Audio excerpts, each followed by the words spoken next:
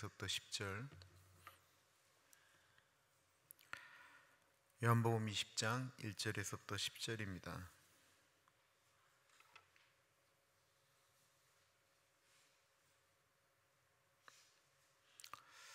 오늘은 제가 보니까 거리적으로 이렇게 교독을 해도 될 만한 지금 떨어짐이 있어서 오랜만에 한번 교독해 보겠습니다. 요한복음 20장 1절에서부터 10절입니다. 교독할게요. 안식 후 첫날 일찍이 아직 어두울 때에 막달라 마리아가 무덤에 와서 돌이 무덤에서 옮겨진 것을 보고 시몬 베드로와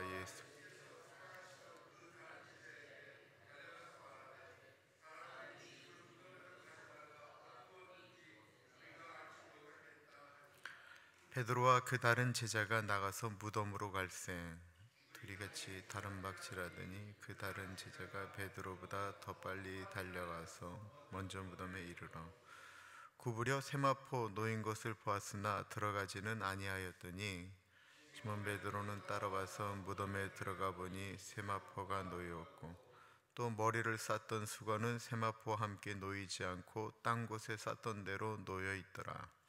그때야 무덤에 먼저 갔던 그 다른 제자도 들어가 보고 믿더라.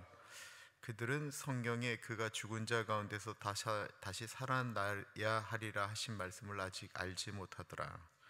이 두 제자가 자기들의 집으로 돌아가니라. 아멘. 예수님은 십자가에 달려 죽으셨고 사흘이 지났습니다. 사흘이라고 하는 건 금요일 날 돌아가셨고 토요일 그리고 오늘날로 말하면 일요일 주일이 된 것입니다.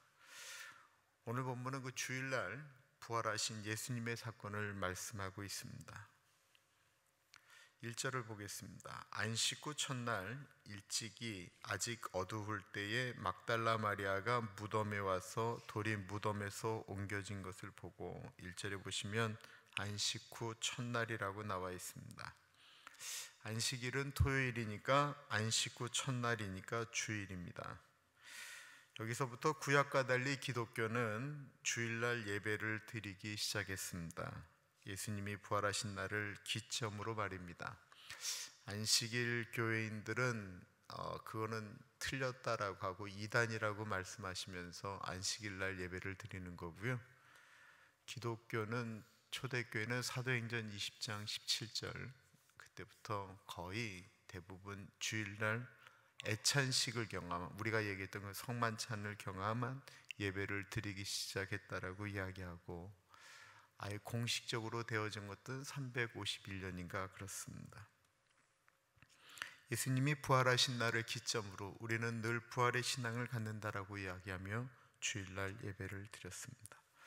청교도인들 중에는 예수님의 부활한 사건을 통해 예배를 드림으로써 우리가 늘 부활하신 예수님을 기념한다라고 이야기하며 안식일을 주일이라고 이야기하기 시작했습니다. 그래서 우리가 안식일을 기억하라라고 할 때 우리는 그것을 주일날 주일 성수하는 것을 기본적으로 생각하면서 한국교회가 왔지요.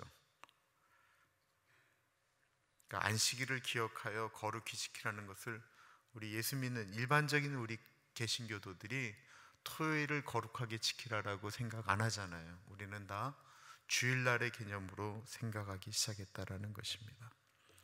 시간은 아직 어두울 때라고 했습니다.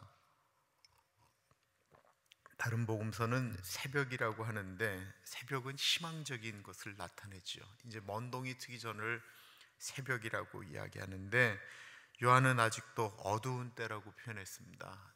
내가 요한복음을 말씀드리면서 이야기했지만 요한복음은 사람의 마음이 이렇게 답답하고 두렵고 할 때를 어두운 때라고 표현할 때가 많았어요. 그 가룟 유다가 예수님을 팔 생각을 할 때도 어두운 때라고 표현을 했던 것처럼 이 어두웠다라는 것은 사람의 마음이 어두웠다라고 하는 것을 느끼는 요한복음의 아주 독특한 표현입니다. 1절에 나와 있는 그 예수님의 부활을 처음 경험한 사람은 여자였다라고 이야기하고 있습니다. 사실은 다른 데는 막달라 마리아와 살로메 여러 가지 막달라 또 다른 마리아의 이야기가 나오는데 요한복음에는 막달라 마리아를 대표적으로 이야기하고 있습니다. 이 막달라 마리아의 마음이 어땠을까라고 하는 것을 생각하면서 이 본문을 보아야 이해가 됩니다. 사랑하는 예수님이 죽었습니다. 이 막달라 마리아는 좀 특별한 여인이죠. 7 귀신 들렸다가 회복된 여자입니다. 7 귀신이 들렸습니다. 귀신 들린 사람 보신 적 있으세요? 전 귀신 들린 사람 많이 봤습니다. 귀신 쫓겠다고 삼각산에도 무지하게 많이 올라갔습니다. 죽기도 많이 했습니다. 미국에서는 제가 귀신 들렸다, 물론 뭐 멀쩡한데도 귀신 들린 사람이 있지만 그거 말고 성경적에 나타나 있는 귀신 들린 사람 보면 정말 무섭습니다. 이 정상적인 것하고는 너무 다르고요, 많이 달라요. 근데 이 막달라 마리아는 7 귀신이 들렸다라는 거예요. 그러니까 사람들하고의 삶을 보면 귀신 들린 사람은 사람인데 사람처럼 행동을 못하니까 이게 사람이 아닌 거예요. 그러니까 그 많은 귀신 들렸던 사람이 그 무덤가에서 뛰고 옷을 벗고 차고 세살을 하면 풀르고 하고 막 이리 뛰고 저리 뛰는 사람을 사람인데 사람이 아닌 것처럼 그렇게 이제 보이는 여인인데, 여자가 7 귀신이 들렸으니 그 여자의 삶이 오죽했겠어요. 사람인데 사람 취급을 못 받는 거예요. 사회적인 동물이라고 하는데 사회 속에서 살지를 못하는 거예요. 그런 여인이 예수님의 은혜로 회복이 되었습니다. 사랑을 너무 많이 받았기 때문에 그 사랑하는 사람이 떠났다라고 생각하니까 마음이 어두울 수밖에 없었고, 사랑을 너무 많이 받았다라고 생각하니까 그 어두운 시간에 그 예수님의 몸에 향유를 바르러 갔다라는 것입니다. 사랑을 많이 받은 사람은 이런 것입니다. 사랑을 많이 받았음에도 불구하고, 많은 용서를 받았음에도 불구하고 참 예수 믿는데 사랑 없이 예수 믿는 사람들 많습니다. 이게 일반적인 일들이에요. 그 옛날에 놀라운 일들을 경험했던 사람들 중에도 그런 사람들이 많았어요. 예수님께서 막달라 마리아에 대해서 어떤 것들에 대해서 표현하는 이유는 예수님이 그 여인을 특별하게 더 사랑해서라기보다는 그 여인이 예수님의 사랑하는 그 마음이 사랑받은 것에 대한 표현이 특별했기 때문에 그런 거예요.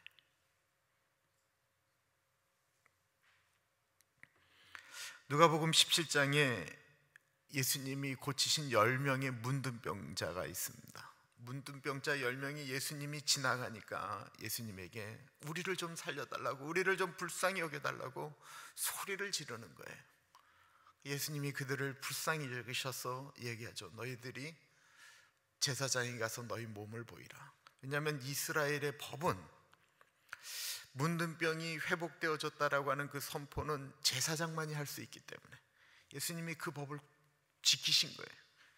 너희들 제사장에게 가라. 근데 10명이 제사장한테 가는 도중에 문둥병이 다 나음을 입었어요. 그러자 어떤 일이 일어났을까요? 한 사람이 예수님에게 감사함을 표현하고 오죠. 예수님, 너 뭘 필요 뭐 있냐? 너도 그냥 가라 라고 하는 게 아니고 예수님의 마음이 누가복음 17장에는 그대로 나타나고 있다라는 것입니다. 제가 한번 읽어볼게요. 그 중에 한 사람이 자기가 낳은 것을 보고 큰 소리로 하나님께 영광을 돌리며 돌아와 예수의 발 아래에 엎드려 감사하니 그는 사마리아 사람이라. 예수께서 대답하여 이르시되 10사람이 다 깨끗함을 받지 아니하였느냐? 그 9은 어디 있느냐?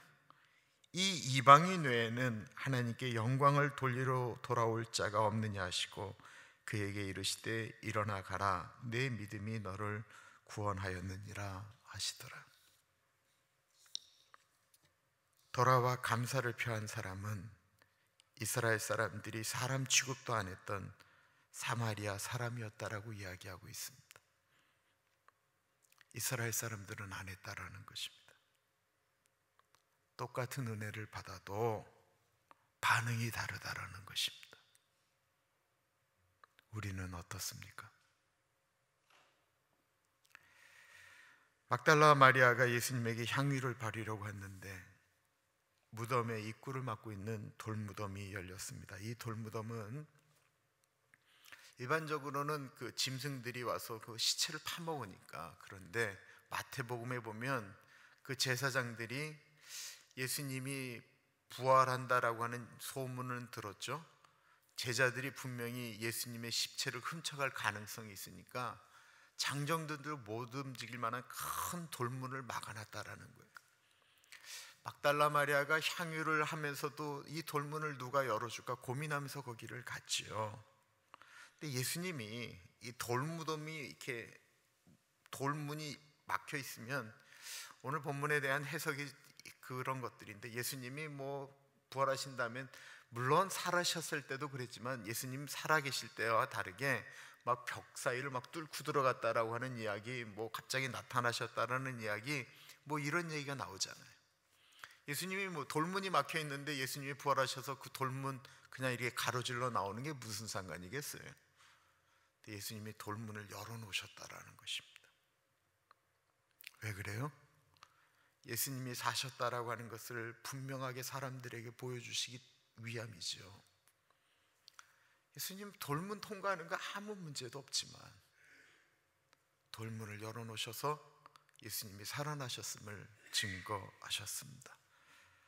2절에 보면 시몬 베드로와 예수께서 사랑하시던 그 다른 제자에게 달려가서 말하되 사람들이 주님을 무덤에서 가져다가 어디 두었는지 우리가 알지 못하겠다니. 막달라 마리아는 무덤에 들어갔는데 돌문은 열려 있고 예수님의 시신은 없고 세마포만 이렇게 있는 것을 보았습니다. 막달라 마리아는 예수님을 사랑했지요. 그러나 이 여인은 예수님이 왜 없어졌는지 머릿속에서 찾았습니다. 말씀 속에서 찾아야 되는데 머릿속에서 찾은 거예요. 자기의 상식 속에서 해석한 거예요. 자신의 상식은 죽은 사람은 걸어갈 수 없다라는 것입니다. 그렇다고 한다면 예수님의 시신을 누가 옮겼다라는 것이죠. 예수님이 그렇게 많은 말씀을 하셨고 막달라 마리아가 예수님을 사랑해서 귀신 들림이 회복된다면 예수님 곁을 떠나지 않은 여인 중에 하나인데, 그렇게 예수님께서 부활에 대한 말씀을 하셨는데도 불구하고 자신의 상식을 뛰어넘지 못한다라는 거예요. 오늘날도 수많은 우리 예수 믿는 사람들이 우리 삶의 기준이 되는 것이 하나님의 말씀인데 하나님의 말씀이 아닌 자신의 상식 가운데서 어떤 일들을 해결하려고 한다라는 것입니다. 말씀과 삶이 떨어져서 움직입니다. 이해가 돼요. 아니 막달라 마리아가 그랬다니까요. 막달라 마리아가. 오늘날 예수 믿는 분들 중에 부활을 믿지 않는 사람들 많이 있습니다. 3분의 1 영국에 있는 복음주의 사람들 중에 3분의 1이 부활을 믿지 않는다고 그래요. 그런 것이 뭐 교회에서는 부활했다고 얘기하니까 그냥 예배를 같이 드려요. 말을 안 하는 거예요. 마음속으로는 안 믿는데 교회에서는 부활 안 믿는다고 그랬다가 큰일 나니까 말을 안 하는 거예요. 본인들이 여태까지 갖고 있었던 과학적인 이런 모든 상식들이 머릿속에 있기 때문에 그래요. 여러분, 우리 신앙이라고 하는 것을 한번 생각을 해보세요. 여러분, 창조가 말이 돼요? 창조가 무에서 유를 창조한다는 게 말이 돼요? 이게 우리의 상식과 이성과 과학으로 말이 되냐고요. 사람이 죽었다가 살아나는 게 말이 돼요? 그러니까 어떤 것들이 우리의 상식적인 것으로 이렇게 딱 있는데 이것을 믿음의 문제로 풀지 않으면 우리의 신앙이라고 하는 게, 우리의 성경을 읽는다라고 하는 것이 해석이 안 되는 것들이 너무 많게 되는 거예요.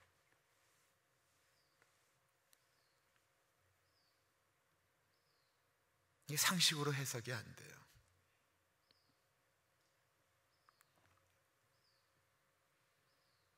근데 그것이 믿어지기 시작하는 순간 우리의 삶이 정말로 풍요로워지기 시작한다라는 것입니다. 이 새벽에 오신 분들, 예수님의 부활을 믿으셔야 됩니다. 그래야 지금부터 제가 설교하는 뒷얘기들이 이해가 되기 시작해요. 하나님의 아들이 죽었다가 부활하지 않았으면 그 예수 그리스도의 죽음은 헛된 거예요. 예수님이 부활하지 않았다고 하면 우리는 죄 때문에 죽는데 예수도 죄 때문에 죽은 걸로 끝이 나는 거예요. 예수의 십자가 사건은 헛된 게 되는 거예요. 누군가가 하나님의 아들이 우리의 죄를 짊어지고 죽었다라고 하는데 그가 살아나지 않았으면 그도 그냥 죄 때문에 죽은 걸로 끝난다니까요. 기독교의 근간이 없어지는 거예요.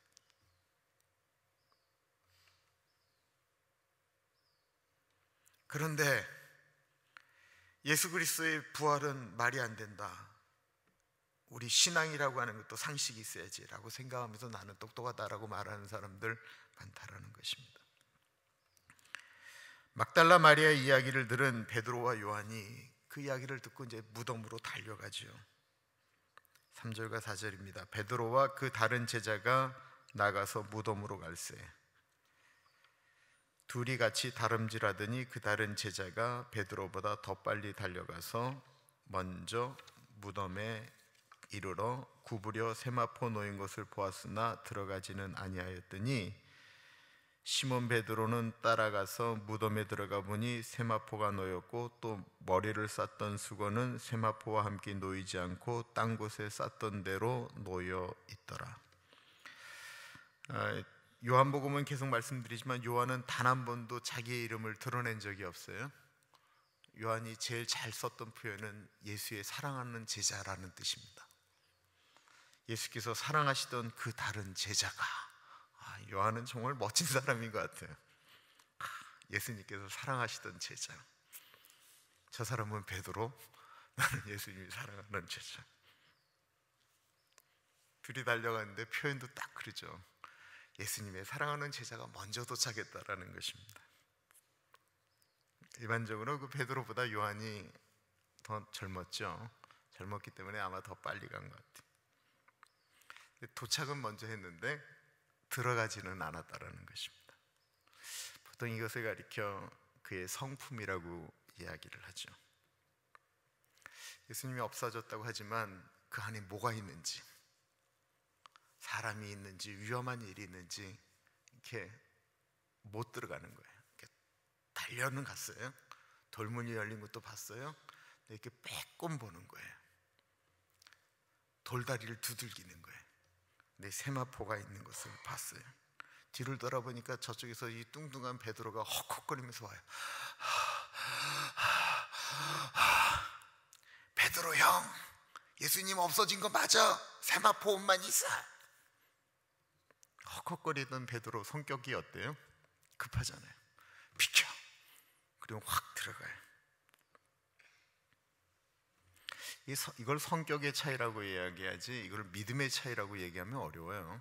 베드로는 더 믿음이 있고 요한은 믿음이 없다라고 얘기를 하면 이게 교회가 좀 어려워지는 거예요.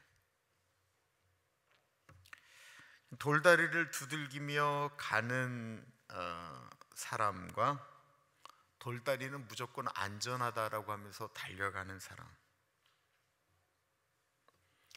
예수님 없어졌다는 말에 무덤 속으로 확 들어가는 베드로와 예수님이 없어진 걸 알면서도 밖에서 이렇게 안에 뭐가 있나 보는 사람, 하나님은 어떤 사람을 쓰실까요?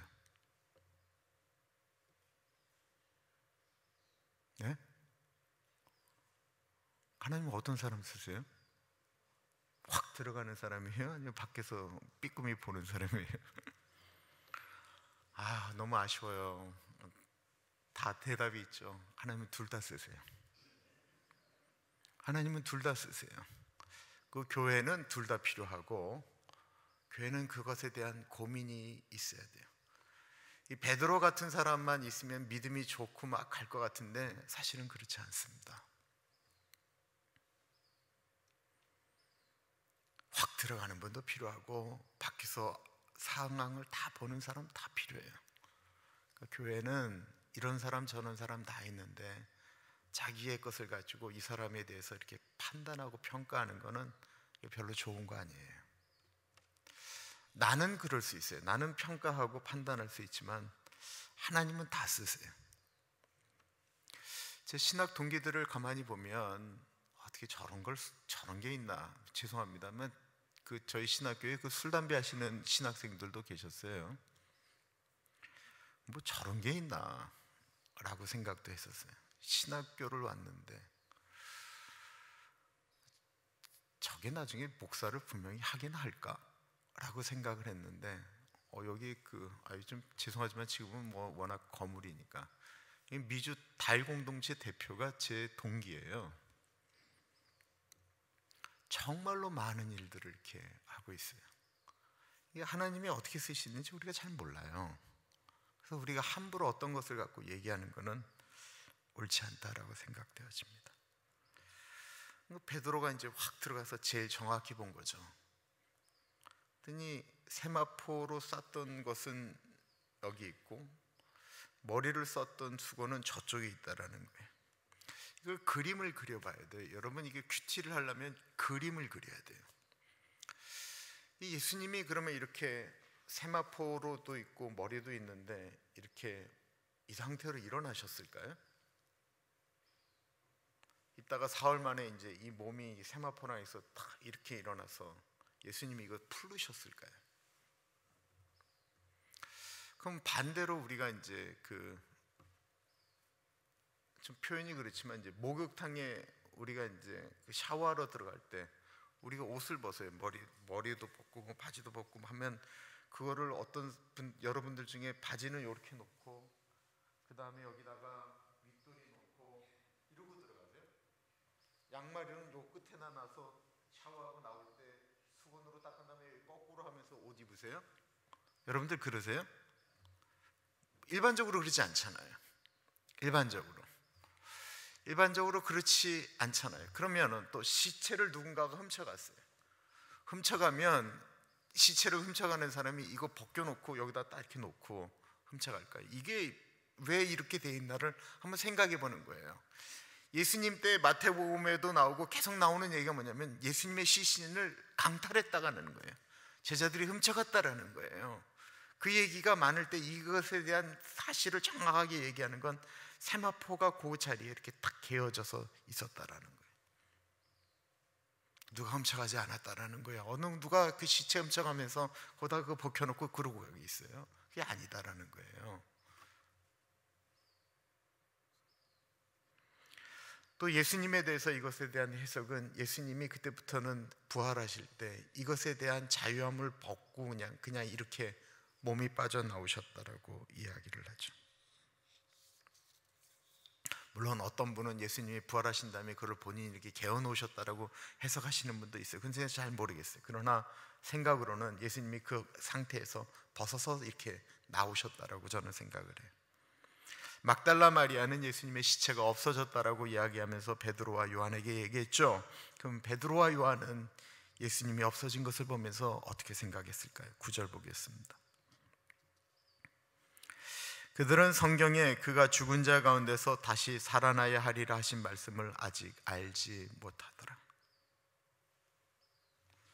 그들은이라고 표현되어져 있습니다. 아마도 막달라 마리아와 같이 갔던 여인들, 그리고 베드로와 요한을 다 이야기하는 것일 것입니다. 이들은 예수님의 시신이 없어졌다라고만 생각을 하지 예수님이 다시 부활하셨다라고 하고는 전혀 생각하지 않는다라는 거예요. 왜 그럴까요? 예수님이 그렇게 말씀하셨는데 믿지 못하는 이유는 여전히 예수님의 말씀보다 자신들의 생각이 그 위에 있기 때문에 그렇습니다. 오늘날도 우리들은 많은 분들이 예수님의 말씀보다 자신의 생각이 그 위에 있으니까 하나를 못 넘어가는 일들이 참 많습니다.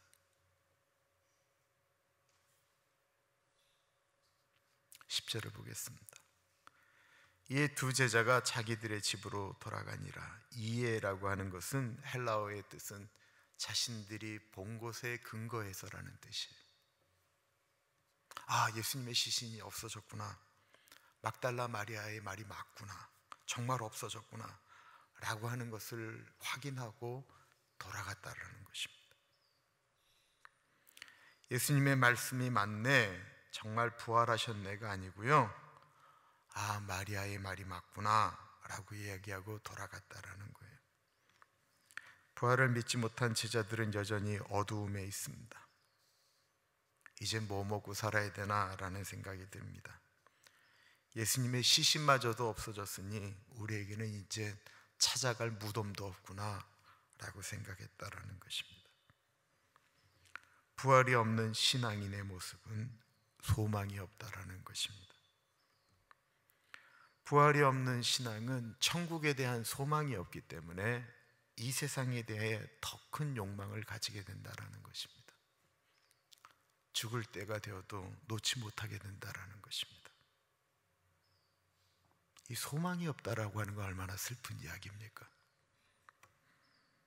그러나 부활의 신앙을 가진 사람은 이 세상의 것에 대해서 욕심이 없다기보다는 삶의 형태가 점점 더 단순해진다라는 것입니다.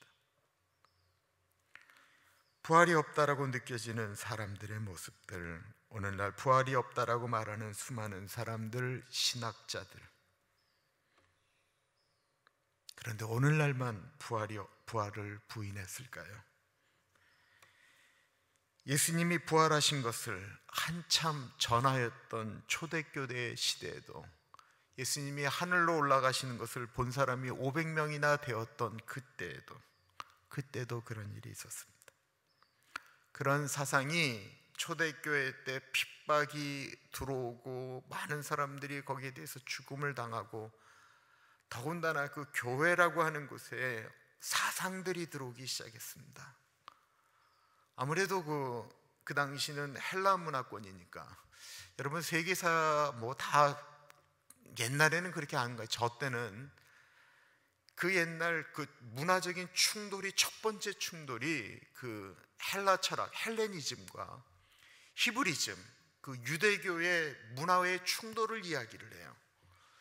이게 굉장히 중요한 건데, 헬레니즘이라고 하는 것이 되어지는 것은 이원론이 이제 들어오기 시작했다라는 거예요. 그 영지주의라고 하는 모든 것들이 다 이원론적인 거군요. 성과 악, 영과 육. 그래서 요한복음이라고 하는 것이 그 많은 것들이 교회로 들어왔을 때, 이 요한복음이 썼던 것이 다른 복음서와 다른 건, 요한은 헬라 철학이 완전히 자리를 잡았을 때 요한복음하고 계시록 이런 것들을 썼거든요. 태초에 말씀이 계시니라라고 하면서 로고스를 이 땅 가운데 끌어들이고 이야기했던 그것들이 다른 복음서와 달랐던 이유는 그 당시가 이제 헬라의, 그러니까 헬라 철학이 완전했기 때문에 그래요. 그런 모든 것들이 초대교회로 들어오니까 부활이라고 하는 것이 가짜다라는 거예요.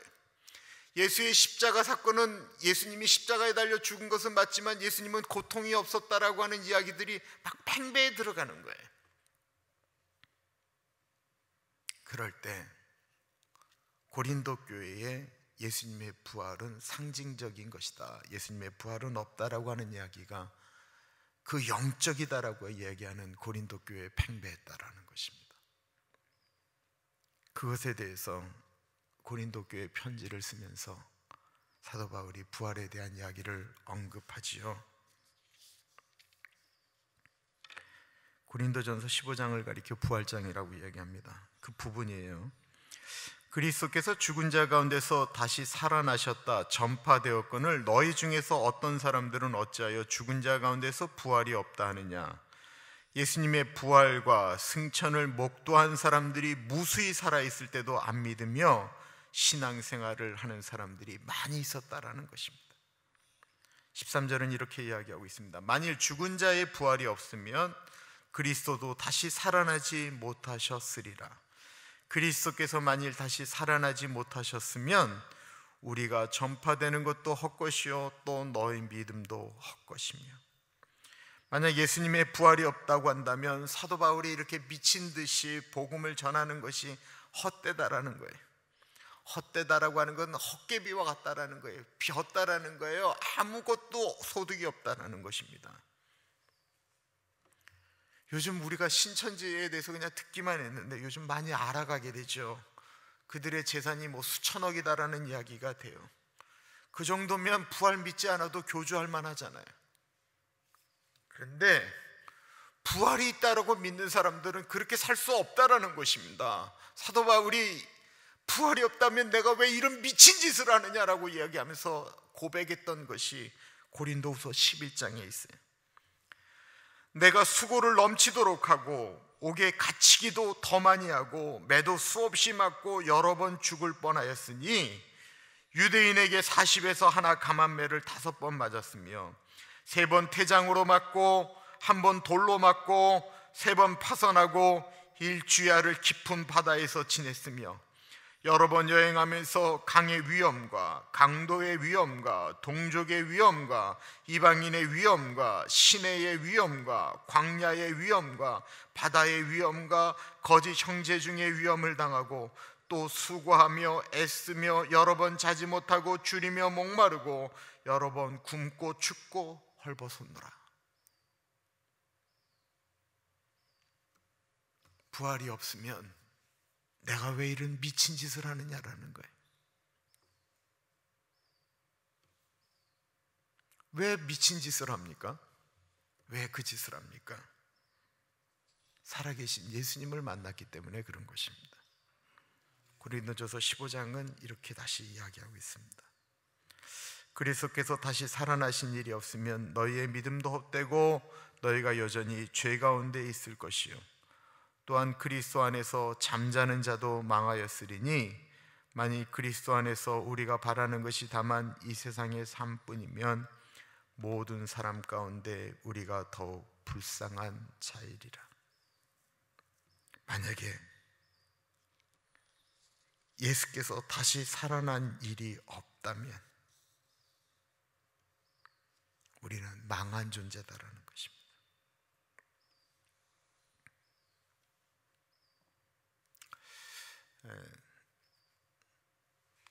제가 그 1년에 한 번씩 목회 플러스라고 하는 곳에 강사로 나가요. 근데 뭐 월회를 끼고 가니까 교회다가 잘 얘기도 안 할 때가 있는데 이제 목사들 모아놓고 이제 세미나 하는 거예요. 뭐 얘기들 듣는 거죠. 그러면 어느 목사님의 얘기를 들으면 목사 입장에서 이야기하는 것이니까 이해하세요. 정말 힘들겠다. 저런 일 당하면 참 어렵겠다. 참 정말 삶이 공고하겠다. 이런 생각이 이게 들어요.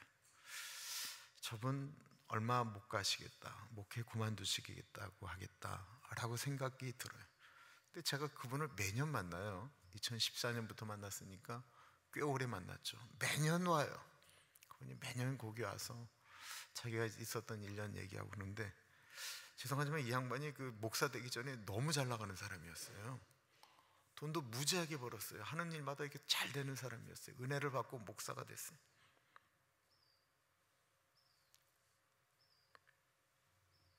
고만둬도 좋을 듯한데 아직도 목사 짓을 하고 있어요. 그 지긋지긋한 그 상상도 못하는 일을 목사가 되기 전에는 경험하지 못했던 일들을 경험하고 욕들을 먹는데 아직도 목사를 하고 있어요. 이유가 뭘까요? 목사로 성공하고 싶었어요? 그분한테 그런 얘기 한 번도 들어본 적이 없어요. 자기가 예수를 만났다라는 거예요. 자기가 예수 만나기 전에는 이게 전부인 줄 알았는데 예수 만나고 나니까 예수가 전부가 되었다라는 거예요. 그래서 그거 하는 거예요.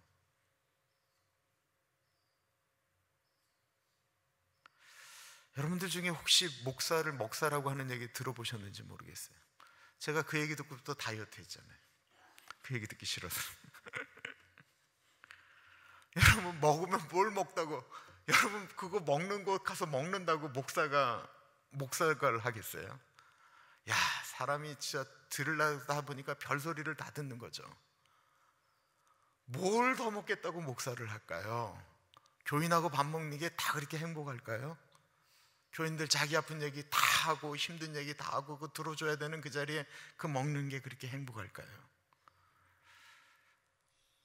거기에 따라서 밖에 있는 사람들은 그럴 수 있어요. 근데 같이 신앙생활하고 하는 분들이 그런 얘기하는 건 참 그 아픈 얘기 같아.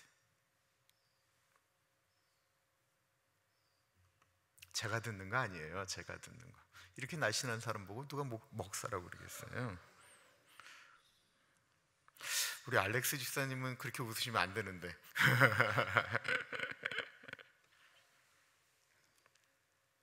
혹시 주님의 일 하시면서 그만두고 싶을 때 없으십니까? 다시는 정말 저 사람은 얼굴 보고 싶지 않다라는 사람 왜 없으시겠어요? 아마 있으실 거예요. 그럼에도 불구하고 참고 인내하고 애쓰는 이유는 그 무엇 때문입니까? 고린도전서 15장 20절은 이렇게 이야기하고 있습니다. 그러나 이제 그리스도께서 죽은 자 가운데서 다시 살아나사 잠자는 자들의 첫 열매가 되셨도다. 예수 그리스도께서 다시 살아나셔서 부활의 첫 열매, 우리도 죽은 다음에 다시 살아나는 부활의 첫 열매가 되셨기 때문에 그렇습니다. 낮엔 해처럼 밤엔 달처럼이라고 하는 찬양이 있죠. 낮엔 해처럼 밤엔 달처럼. 그것을 쓴 사람이 그 최영독 CCC에서 간사를 하셨기 때문에 저는 그냥 최영독 간사님이라고 그래요. 아마 이분 들어보셨어요. 근데 이분이 1985년도에 은혜 받고 한참 움직일 때 사랑하는 친구가 갑자기 죽게 됐어요. 같이 예수를 위하여 헌신하고 이 땅에 푸르고 푸른 예수님의 계절이 오게 하자고 같이 기도하고 했던 친구를 하나님이 갑자기 데리고 가셨어요. 얼마나 마음이 어려운지 하나님 앞에 어떻게 하나님이 이러실 수 있냐고, 그렇게 하나님을 사랑하고 그렇게 하나님 앞에 순전한, 자기보다도 훨씬 더 깨끗한 그 친구를 어떻게 데려가실 수가 있냐고, 이제 나는 누구를 믿고 같이 복음을 전하냐고 막 얘기를 하다가 하나님께 받은 은혜가 있어서 이런 가사를 썼어요. 천국이 없다면 인생이란 허무한 것, 너와 내가 영원으로 만날 수 없다면 우리 이별을 어떻게 견디랴. 아직도 좀 헤어나오지 못하는 것이 있다고 한다면 교인 보냈는데 올해 변청자 권사님 아시는 것처럼 권사님의 저에 대한 사랑이 좀 특별했어요.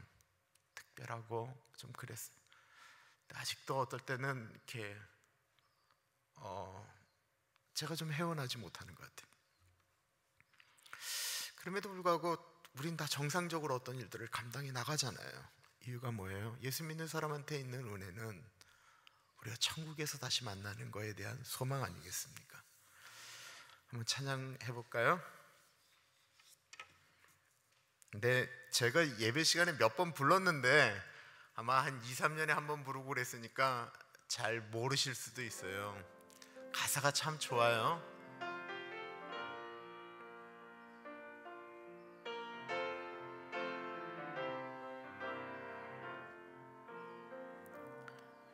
우리 이 땅에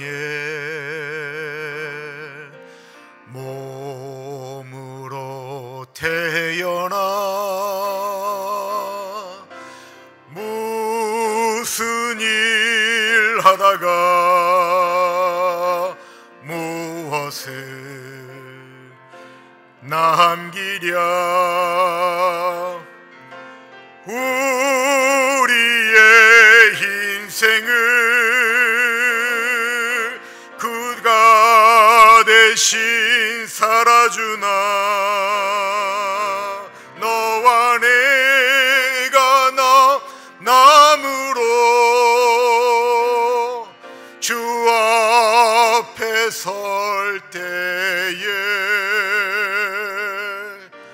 우리 무엇으로 주님께 드리랴. 우리 같이 부릅니다. 우리 이 땅에 우리 이 땅에 몸으로 태어나 무슨 일 하다가 무엇을 남기랴. 우리의 인생을 누가 대신 살아주나. 너와 내가 남남으로 주 앞에 설 때에 우리 무엇으로 주님께 드리랴. 혹은 긴 인생, 혹은 긴 인생, 어떠닌 짧은 인생, 그러나 누구도 영원히 살 수 없네.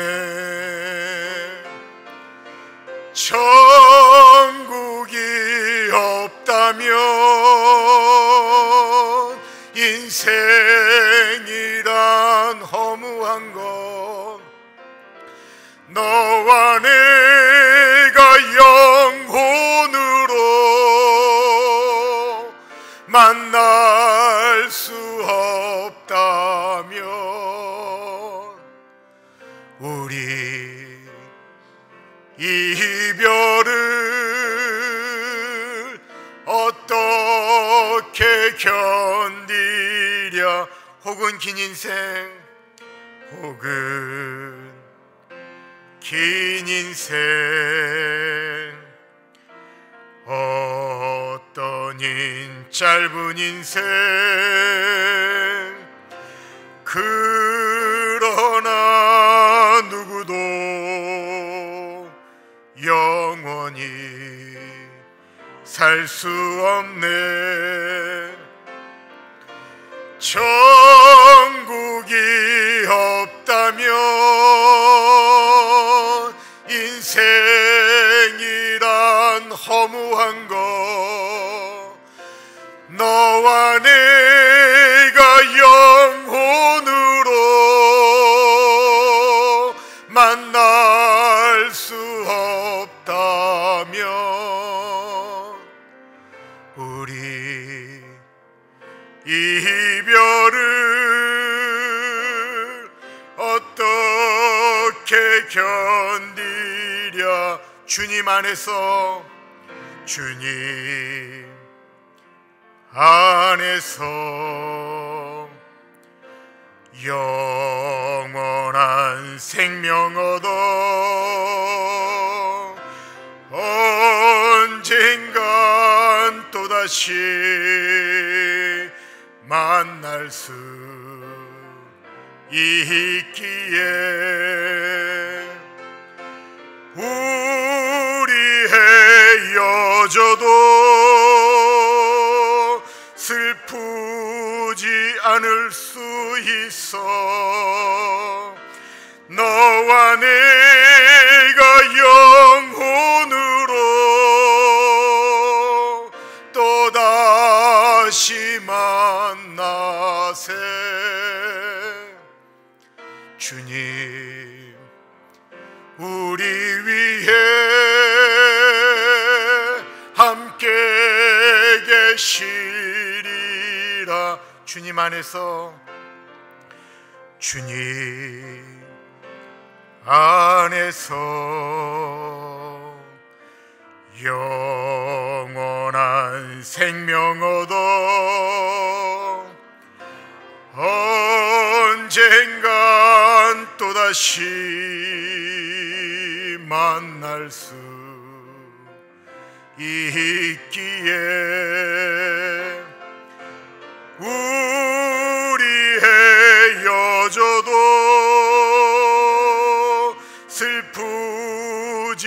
않을 수 있어. 너와 내가 영혼으로 또다시 만나세. 주님 우리 위해 함께 계시리라.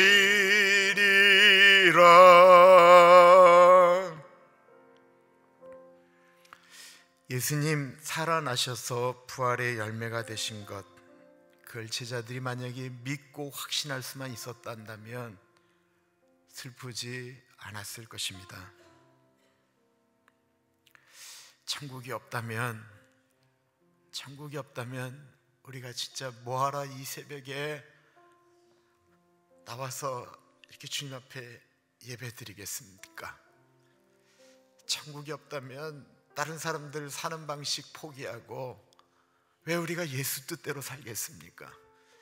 천국이 없다면 어떻게 그 원수도 사랑하겠다고 그렇게 몸부림치며 기도하겠습니까? 부활이 없다면, 천국이 없다면 뭐 그렇게 하늘나라에 보화 쌓아놓겠다고 헌금하겠습니까? 천국이 없다면 우리가 뭐하라 그렇게 남들처럼 살아도 되는데 뭐하라 그렇게 살겠어요? 천국이 없다면. 예수님께서 그 천국을 예비하시기 위하여 아버지 집에 거할 곳을 많이 예비하기 위하여 부활의 첫 열매가 되셨다라는 것입니다. 내가 죽어서 천국 가는 것에 대한 확신이 없으세요?